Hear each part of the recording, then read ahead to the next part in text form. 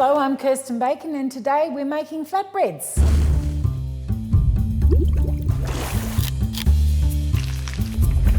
So this is a Jamie Oliver classic. I absolutely love it, and you can use it for so many things. You can use it for a pita bread to have with a souvlaki.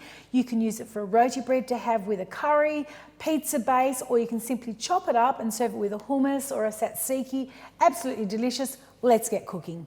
So over here we have the self-raising flour, we have the natural yogurt, some baking powder, and a bit of good virgin olive oil.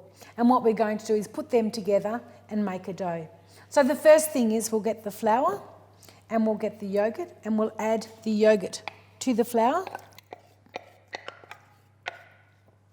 It's very easy. Pop the baking powder in, and I like to add just a little dash of the good olive oil. It's really important to use good olive oil because the flavour is so much better.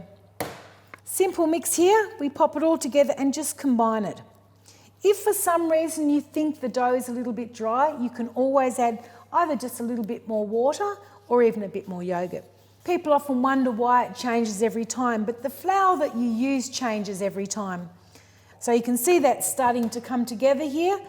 Not quite combined, but it's starting to form a dough. So it needs to be sticky but firm. So if you have a look in here, it's quite sticky to touch, but it's also a consistency that you can work with.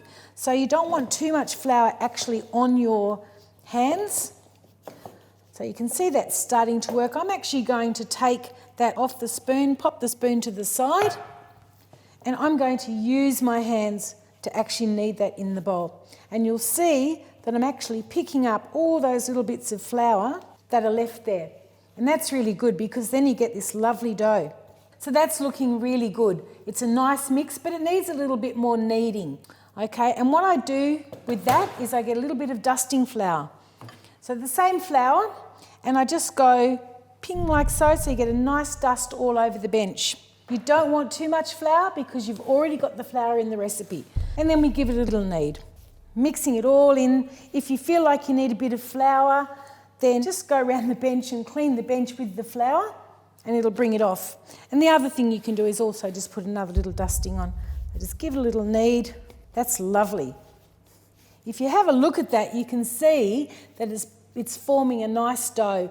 It's still a little bit rough, and we can make that a little bit smoother just by giving it a little bit more of a knead. Again, if it looks like it needs a little bit more flour, just simply dust it on.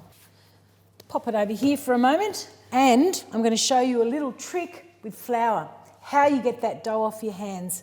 Put the flour in your hands and then you rub your hands as if you're washing them with soap, and you will find that all the excess dough comes off. Very clever little trick that I was shown when I was a young apprentice. There you go, almost clean.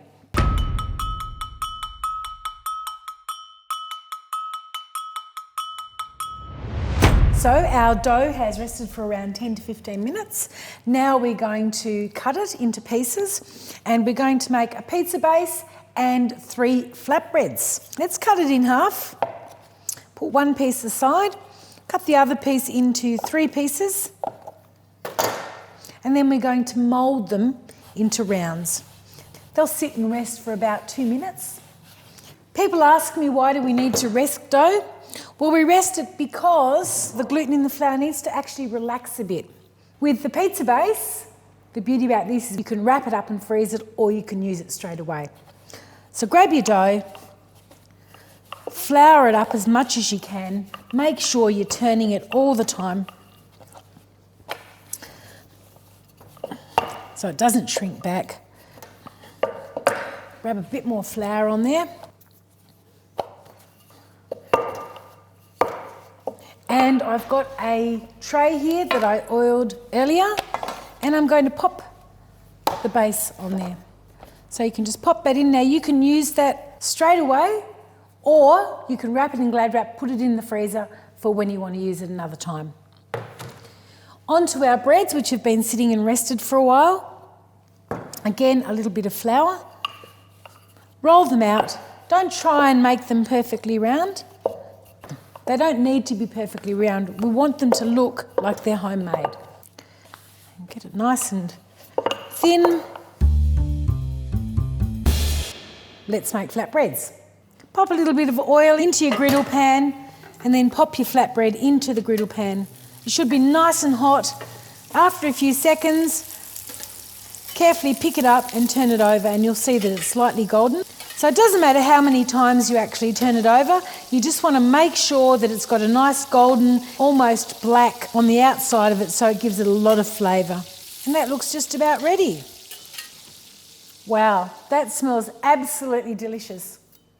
And that's our flatbreads. Looks like I've got a bit to clean up. See you next time.